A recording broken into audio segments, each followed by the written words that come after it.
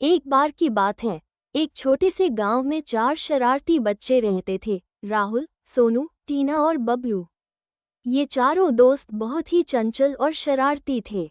गांव में किसी की भी नींद हराम करना, स्कूल से भागना और गांव वालों की मस्ती उड़ाना इनका रोज का काम था। इन बच्चों को डर का नाम सुनते ही हंसी आ जाती थी। गांव के किनारे एक पुरानी हवेली थी, जिसे सब भूतिया हवेली कहते थे। गांव में कोई भी उस हवेली के पास नहीं जाता था, क्योंकि लोगों का मानना था कि वहां एक बूढ़े साधु की आत्मा भटक रही है। वो साधु वर्षों पहले वहां तपस्या करता था, लेकिन गांव वालों के मजाक का शिकार होकर उसने वहीं दम तोड़ दिया था। तब से हवेली को श्रापित माना जाने लगा। एक दिन टीना ने एक योजना बनाई, क्यों न हम चारों उस हवेली में जाकर देखें कि वाकई में वहां भूत है या नहीं। बाकी तीनों ने तुरंत हामी भर दी। सभी को मस्ती करनी थी और खुद को बहादुर भी साबित करना था। उन्होंने तय किया कि अगली रात को 12 बजे हवेली में जाएंगे। रात का समय आया। गांव में सन्नाटा छाया हुआ था।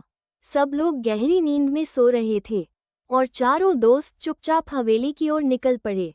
रास्ते में कुत्तों के भौंकने और पेड़ों की सरसराहट ने माहौल को और डरावना बना दिया।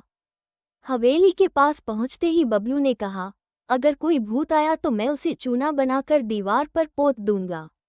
सोनू बोला, भूत वूत कुछ नहीं होता, डरपोक लोग ही कहानियां बनाते हैं। हवेली की बड़ी बड़ी दरवाजों पर जंग लगा था, लेकिन बच्चों ने धक्का मारकर दरवाजा खोल ही दिया। अंदर सब कुछ धूल धक्कर से भरा था। छत से जाले लटक रहे थे और हवा के झोंकों से खिड़कियां खुद ब खुद बज रही थीं। चारों ने टॉर्च जलाई और इधर उधर घूमने लगे। तभी अचानक एक कमरा खुला और उसमें से अजीब सी आवाज आई, कौन है वहां? मेरी नींद क्यों तोड़ी? चारों बच्चे डर गए, लेकिन खुद को संभालते हुए टीना बोली, शायद हवा का खेल है, चलो अंदर देखते हैं। कमरे में घुसते ही एक सफेद परछाई दिखी और उसी वक्त दरवाजा अपने आप बंद हो गया। अब सबकी टांगें कांपने लगी थीं। चारों ने एक दूसरे का हाथ पकड़ लिया। वो परछाई धीरे धीरे पास आई और कहा, तुम लोग यहाँ क्यों आए हो? राहुल कांपती आवाज में बोला, हाँ, हम सिर्फ मस्ती करने आए थे, कोई बुरा इरादा नहीं था। भूत ने ठंडी हवा छोड़ते हुए कहा, तुम्हें पता है न, मैं इस हवेली में क्यों हूँ?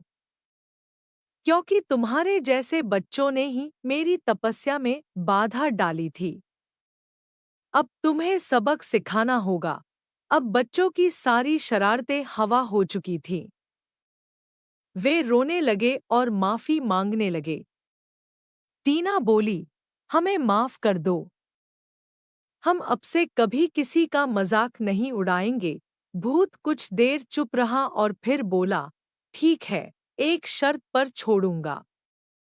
हर महीने गांव के मंदिर में सफाई करोगे और बुजुर्गों की मदद करोगे। चारों ने तुरंत हामी भर दी। भूत ने मुस्कुराकर कहा, जाओ, लेकिन याद रखना, अगर वादा तोड़ा तो मैं फिर से आऊंगा। दरवाजा अपने आप खुल गया और बच्चे हवेली से बाहर भागे। उस रात के बाद वे कभी शरारत नहीं करते, बल्कि गांव के सबसे समझदार और मददगार बच्चे बन गए। गांव वाले भी हैरान थे कि आखिर ऐसा क्या हुआ जो ये बच्चे एक रात में बदल गए, और बच्चों ने कभी किसी को नहीं बताया कि भूतिया हवेली में उन्होंने क्या देखा। पर हाँ, हर महीने मंदिर की सफाई जरूर करते थे। सच में, भूत से वादा जो किया था